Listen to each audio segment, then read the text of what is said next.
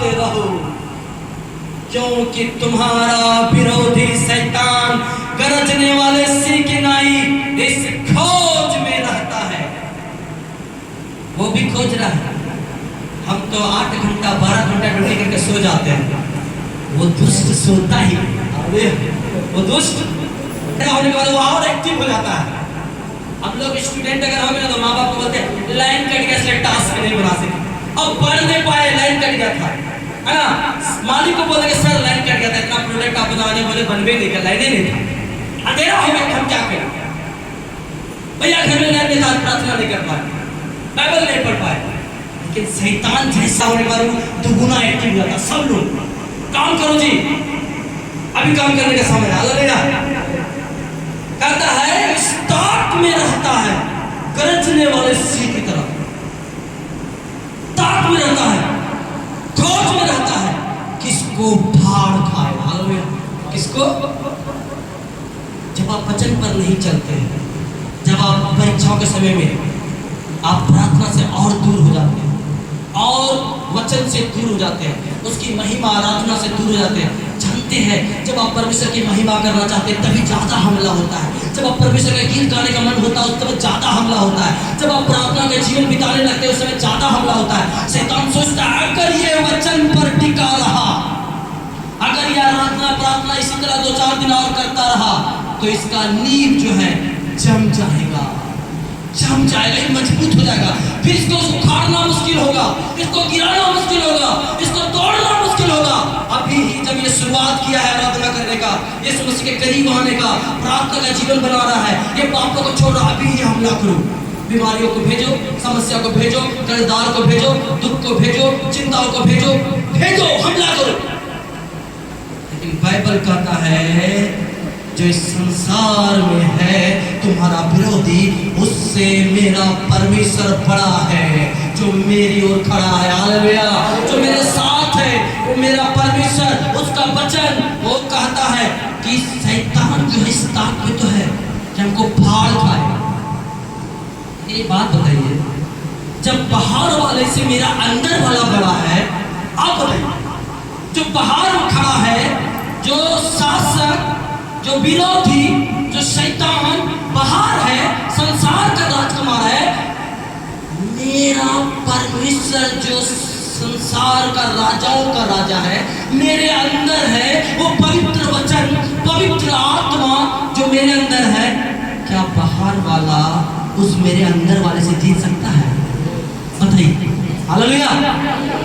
कितना लोग मानता है जीत नहीं सकता? जीत सकेगा अंदर वाला से? जीत सकेगा? हालेलुया। तो भैया जीत कैसे जाता है?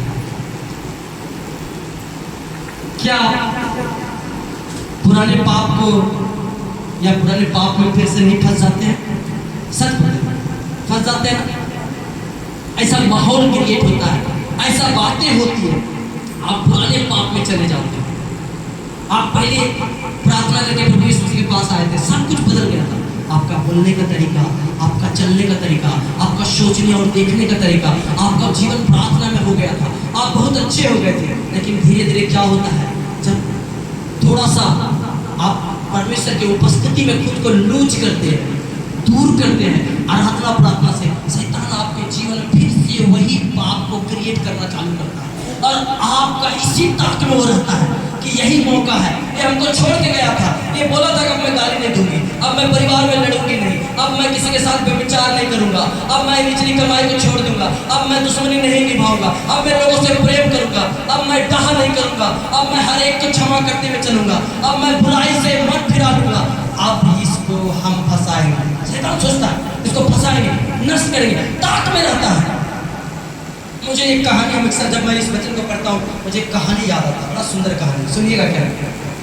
हालेलुया। कितना लोग सुनिएगा? छोटे से कहानी सुनेंगे? एक बार बोलिए हालेलुया जोर से। एक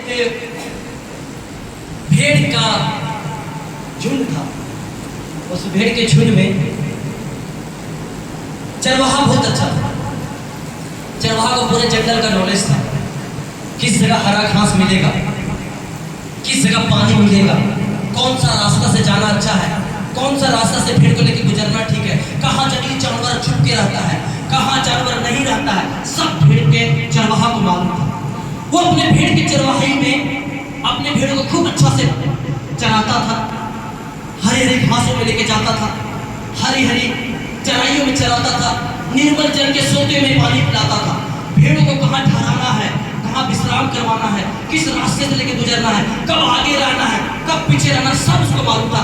अपने भेड़ का सही से लालन पोषण कर रहा था। उस भेड़शाला में, उस भेड़ में एक भेड़ चला आया, नया नया जन्मा था, नया नया जन्मा था, बहुत कुरूपात था, और वो जो है किसी का ठीक से सुनता नहीं था।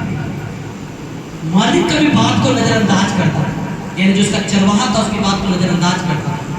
वो अपने दोस्तों को, जो उसके उम्र का दोस्त सब था, भेड़ था, उनको अक्सर कहता था कि तुम लोग जो है इतना भेड़ सब मिलके तुम लोग जो है केवल चरवाहा का बात मानते हो। तुम लोग को चरवाहा ले जाता वो दूर दूर करके, वो जो कहाँ जहाँ पर हम लोग रोज घास खाए हैं, वहाँ का घास थोड़ा मनील हो गया है, थोड़ा सा बिखर गया है, वहाँ का हरियाली कम हो गया। तुम लोग कभी बगल वाला घास जो दिखता कितना हरा है, वहाँ क्यों नहीं चलते हो? मतलब नहीं, हम लोग का जो चरवाहा है वो अच्छा समझता है, हम लोग को जिधर से खाना है वहाँ ले जाता है, पेट भरता है ना भाई, अच्छा से सोते हैं ना पेट भर के, वो हरा घास का चक्कर में क्यों है? बोला तुम लोग देखो तो, तुम लोग देखता वहाँ कितना हरा घास है, थोड़ा तो बगल में है। बोला भाई हम लोग को अगर नहीं ले जा रहा है तो कुछ तो अच्छा ही कर रहा होगा, कुछ बात होगा तभी तो ले जाता है। बोला तुम लोग डरपोक, तुम लोग इतना डरते हो मालिक से। वो तो हम लोग को वो हरा घास पे भी ले जाता है, वो हरा घास जो दिखता था दूर से, वो एक नाला के गड्ढे को पार करके, वो नाला जंगल से भरा हुआ था, बड़ा सा नाला था, उसको पार करके उस पार तक, और सारे भेड़ को वो उसी रास्ते से लाना और ले जाना करता था। लेकिन ये जो नटखट भेड़ था, ये इसके मन में कुर्बाती चल रहा था। ये सोच रहा कि मालिक मेरे साथ अत्याचार कर रहा है, वो मुझे हरे हरे घास पर जाने नहीं देता है, और इतना बड़ा बड़ा घास है, इतना सुंदर दिखता है।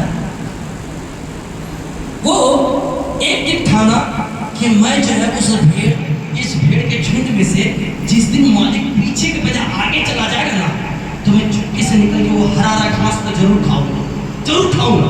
इतना दिन से वो घास मेरा इंतजार कर रहा, जरूर खाऊंगा। और एक दिन वो जब मालिक चरवाहा आगे आगे डंडा लेके जा रहा था, सब भेड़ उसके पीछे पीछे जा रहा था, ये चुपके से, ये नटखट भेड़, बदमाश भेड़ चुपके से निकला और उस नाला में घुस गया। उस नाला में जब सब भेड़ थोड़ा आगे निकल गया तो ये जाके वो हरा हरा घास खाने लगे। बहुत दिन से एक शेर इसी ताक में था कि कोई भेड़ तो इस झुंड से अलग होगा, इस चरवाहा से दूर होगा, मैं हमला करूंगा, उसको फाड़ डालूंगा और उसका मांस का दावत उठाऊंगा। एक शेर बहुत दिन से ताक में था। जब उस शेर देखा कि भीड़ जो चुपके से नाला में घुसा है और चरवाहा को छोड़ के दूर हो गया है, वो हरी हरी चराइयों के पास चला गया है, बस जाके वो शेर उस नाला में जाके बैठ गया कि आएगा तो इधर ही ना हो, अपने मालिक के पास जाने के लिए, अपने झुंड के पास जाने के लिए। हालेलुया। हमारे साथ भी ऐसा होता है, जब हम यीशु मसीह के पास आते हैं, उसे उस चरवाहा, मेरा चरवाहा जो सच्चा चरवाहा है, उसको अपना प्रभु और गुरु, अपना पिता बना लेते हैं। जब उसके आज्ञाओं को मानकर चलने लगते हैं, तब तक तो हम लोग सेफ है, सुरक्षित है उसके झुंड में जब तक है। लेकिन कभी कभी हम शैतान के उस लालच को देखकर, भाई कितना अच्छा तुम कमा रहे थे, कितना अच्छा तुम्हारा वो सुंदर सुंदर वो औरत थी, वो लड़का सुंदर था, वो लड़की सुंदर था, वो उसको मार सकते थे, बदला ले सकते थे, उसके प्रेम थे, उसके दुकानदारी बर्बाद कर सकते थे, उसका पशु चुरा सकते थे। बहुत मौका शैतान देता है, इस ताक में रहता है कि हम अपने पुराने पाप में लौटे और वो शैतान, वो गरजने वाला शेर फाड़ दे। लेकिन ताक में रहता कि कब उस चरवाहा से दूर हो ताकि मैं इसे फाड़ डालूं। जब शेर उस नाला में घुस गया, जब बदमसवा भेड़, एक कुर्बात भेड़ जब पेट भर लिया, तब मुंडी उठा के देखता है मेरा मालिक कहाँ है। देखता बहुत दूर जा चुका है मेरा मालिक, मेरा झुंड बहुत दूर जा चुका है। और ये सच्चाई है। जब आप परमेश्वर के पास आने के बाद आप प्रार्थना से, आराधना से, उसकी महिमा देने वाली बातों से, घुटना टेकने वाली बातों में, इन सब बातों में जब आप कमी लाते हैं तो आपका ये जो झुंड है ये आपसे अनुग्रह में, आशीष में और परमेश्वर के सामर्थ्य में बहुत आगे निकल चुका होता है, बहुत आगे निकल चुका होता है। क्योंकि आप जितना वक्त अपने पुराने पाप में बिताए, जितना वक्त आप बदला लेने में बिताए, जितना वक्त आप पाप में, जहाँ ईर्ष्या नफरत में बिताए, उतना देर में आपका झुंड यीशु मसीह के पीछे चलने के कारण बहुत दूर निकल चुका होता है, आशीष में, सामर्थ्य में, अनुग्रह में, और बहुत आगे निकल चुका रहता है। और आप पीछे हो जाते हैं। आप सोचते हैं मैं तो पीछे हो गई, पर आप जांच करेंगे कि आप अपने मन का चले, आपने अपने उस दुष्ट की बात को सुने, आपने उस पाप को जिसको छोड़ दिया था उसका ऊपर मन लगाने के कारण आप पीछे रह गए। और वो जब पेट भर गया ना, अभी क्या करता जानते हैं? सोचता मेरा मालिक दूर चला गया, मेरा झुंड दूर चला गया, मैं दौड़ के उस झुंड के पास चली जाऊंगी, मैं दौड़ के उस झुंड के पास चला जाऊंगा। लेकिन जैसे वो नाला को टपना चाहता है, नाला के झाड़ियों से शेर मुंह निकाल के खड़ा हो जाता है। अब भेड़ सोचता है पीछे लौटूंगा तो मेरा चरवाहा और दूर हो जाएगा, मेरा झुंड और दूर हो जाएगा। अगर मैं पीछे लौटा और आगे बढ़ा तो सामने शेर के रूप में मौत मेरा इंतजार कर रहा है। हालेलुया। वो शेर मुझे फाड़ के खा जाएगा। पीछे भी मौत है, पीछे जुदाई है, पीछे दूरी है परमेश्वर से, चरवाहा से, जो मुझे संभाल रहा था, जो मुझे सुरक्षा कर सकता था। अगर मैं और पीछे जाऊंगा तो अपने सुरक्षा करने वाला परमेश्वर से और दूर हो जाऊंगा। वो मुझे थामने वाला परमेश्वर, मुझे बचाने वाला परमेश्वर, वो मेरा चरवाहा और दूर हो जाएगा। अगर आगे बढ़ता हूं तो आगे मौत खड़ा है, वो शेर खड़ा है। मेरे साथ, हम लोगों के साथ ऐसा ही होता है। जब हम परमेश्वर से दूरी बनाते हैं अपने पापों के कारण, अपने पापों में फिर से लौटते हैं, छोटी से छोटी बुराई में लौटते हैं, हम अपने चरवाहा से दूर हो जाते हैं। और आगे वही शेर खड़ा होता है उफाड़ करने के लिए, वो हमें चीर डालने के लिए। ये कंडीशन बहुत खराब है भाई बहन, सुनिएगा, ये कंडीशन बहुत खराब है। कई विश्वासी का ये कंडीशन हो जाता है।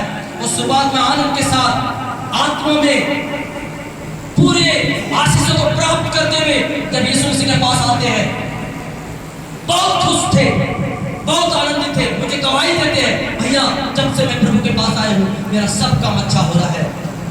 लेकिन जब आप प्रार्थना से, आराधना से, बाइबल के वचन से जब आप दूर होते हैं, शैतान आपको पाप में बांधने की कोशिश करता है, आप भी की बुराई में लपेटने की कोशिश करता है, और आप उस चरवाहा से दूर हो जाते हैं।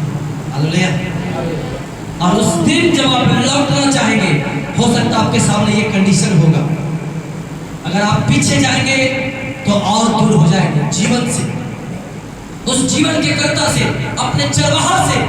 और आगे जाएंगे तो शेर गरजने वाले सिंह की तरह इस ताक में है कि आपको फाड़ खाए। हालेलुया। लेकिन परमेश्वर का धन्यवाद हो कि बाइबल का एक वचन कहता है, याकूब 4 अध्याय पढ़िएगा। इसलिए परमेश्वर के अधीन हो जाओ। हालेलुया। मेरा भाव लुभावना था, मेरा बुराई लुभावना था, मेरा गंदा चाल चलन, मेरे गंदे दोस्त, मेरे गंदे सहेली, उसकी संगति लुभावनी थी। वो मुझे लड़कों के विषय में बात करती थी, लड़कियों के विषय में बात करती थी, कमाई के विषय में बात करता था, किसी को ठगने के विषय में बात करता था, किसी धन संपत्ति को हड़पने के विषय में बात करता था, किसी के पास व्यभिचार के विषय में बात करता था, नशा करने के विषय में बात करता था, जुआ खेलने के विषय में बात करता था, लॉटरी खेलने के विषय में बात करता था। मेरे पुरानी संगति लुभावनी थी, लेकिन मैं उसके अधीन नहीं रहूंगा। वो शैतान मुझे फंसाना चाहता है, नहीं फंसूंगा। परमेश्वर के वचन के अधीन, उसकी आज्ञाओं के अधीन रहूंगा। लिखा है कि तुम इसलिए परमेश्वर के अधीन हो जाओ। परमेश्वर को अधीन होने का मतलब क्या है? परमेश्वर की आज्ञाओं के अधीन होना। परमेश्वर की आज्ञाओं के, उसने कहा एक दूसरे से प्यार करो, एक दूसरे से प्रेम करो, अपने सताने वाले की प्रार्थना करो, अपने माता और पिता का आदर करो। चलते, मैं ट्रेन में कल हावड़ा से लौट रहा था, मैं एक बात देखा, लोग पहले से ज्यादा, आज का जनरेशन पहले से ज्यादा आक्रामक हो गया है। छोटी से छोटी बात में मारने और लड़ने की बात करता है तुरंत। ऐसा कंडीशन को मैं देखा। ये क्यों होना जानते हैं? एक सच्चाई बता रहे हैं, इससे बड़ा बड़ा नुकसान हो रहा है। मैं गौर कर रहा हूं कुछ दिनों से, मैंने ऐसे बच्चों को बोलते सुना है जो बच्चा अपने पिताजी से सर उठा के बात नहीं करता, नजर से नजर नहीं मिलाता था, जो अपने बाप का आज्ञा को ईश्वर के आज्ञा के जैसा मानता था। सिर्फ एक पबजी खेलने का कारण बाप को बताओ, उठा के पटक दो और गर्दन तोड़ दो। बाप को बोलता एक गेम जो आक्रामक बना रहा है, अंदर से कुशलर बना रहा जनरेशन, ये सही चीज नहीं है। माँ बाप की आज्ञा मानना परमेश्वर ने कहा बड़ी आज्ञा, सबसे बड़ी आज्ञा में से आता है। बड़ी आज्ञा 10 परमेश्वर ने दिया, उसमें से एक बड़ी आज्ञा है अपने माता और पिता का आदर करना। और इसी गेम जो गंदे गेम, सरकार चाहे तो इसे रोक सकता पर नहीं रोकता, नहीं रोकता। इसमें सरकार की नाकामी कहेंगे, लेकिन वो गेम इंसान के अंदर पाप को क्रिएट करना, वो पाप है अपने माता पिता का अनादर करना। आक्रामक हो गया, छोटे से शिव को लेकर लड़ता है। एक बोलता चल तो आगे स्टेशन में बता, एक बोला चल हम देखे तू क्या करें। कॉलर पकड़ा पकड़ी हो जाता है, बहस मारपीट तुलना हो जाता है। क्या हो रहा है? समाज किस दिशा में जा रहा है? परमेश्वर कहता है इसलिए तुम परमेश्वर के अधीन हो जाओ, उसके वचन और उसके आज्ञा के अधीन हो जाओ। वो परमेश्वर कहता है एक दूसरे की सहायता करो, मदद करो। यहाँ तक करना, अगर तुम्हारे थाली में एक प्लेट ही खाना है, कोई भूखा है, आधा प्लेट खिला दो, उससे खिला दो, बांटो। उसने कहा मरीजों को देखने जाओ, बीमारों से मिलो, उसके लिए प्रार्थना करो, उसकी सहायता करो, विधवाओं को संभालो, तुमसे जो बन पड़ता उसके लिए करो। परमेश्वर की आज्ञा है। हम अगर परमेश्वर की आज्ञा के अधीन नहीं होंगे तो परमेश्वर का विरोधी वो हमें फाड़ खाएगा। परमेश्वर के विरोधी को मौका मिल जाएगा हमारे जीवन में काम करने के लिए। इसलिए अधीन हो जाओ, यानी कि परमेश्वर की आज्ञा के अधीन, जो उसकी आज्ञा कहती है उस पर चलेंगे। चलेंगे नहीं? चलेंगे नहीं? हालेलुया। परमेश्वर के अधीन होने का मतलब सुन लीजिएगा, उसकी आज्ञा के अधीन रहना। और आज्ञा के अधीन हो जाओ, आगे बढ़िए। और शैतान का सामना करो। हालेलुया। कुछ लोग बोले भैया क्या केवल प्रार्थना का जीवन होने से शैतान का सामना कर सकते हैं? तो नहीं, केवल प्रार्थना का जीवन से नहीं, प्रार्थना के जीवन के साथ साथ पवित्रता और वचन की आज्ञाकारिता का जीवन हो तो आप शैतान का, जो सब शैतानों का बाप लूसीफर है ना, उसके सामने भी खड़ा हो सकते हैं। अबे तू क्या है? उसको बोल सकते हैं अबे तू क्या है, तेरी औकात क्या है? मैं कई बार कहता हूँ अरे मुझर का, तुमको तो आग से जला जला के धिपा धिपा के गिराया है नीचे। हालेलुया। सही में उसका मुंह कान जला दिया परमेश्वर ने पवित्र आग से, वो जलता हुआ तलवार से सेका, उसको दागा है, दाग दाग के गिराया है। अभी जानते हैं, अभी शैतान सुन रहा हो तो दांत खींच रहा हो, बहुत बेइज्जती में नहीं कर रहा है, बहुत बेइज्जती कर रहा है, सच में। हालेलुया। तुम बेइज्जती के लायक है। तुम अपना बाप का आदर नहीं किया, उसकी महिमा नहीं किया, तुम बेइज्जती के लायक है। हालेलुया। वो शैतान का सामना तब कर सकते हैं जब आप वचन के अधीन रहेंगे और साथ में पवित्र रहेंगे और परमेश्वर की आज्ञाकारिता में चलेंगे, उसकी आज्ञाओं को मानेंगे। आप कोई भी दुष्ट आत्मा से सामना कर सकते हैं और वो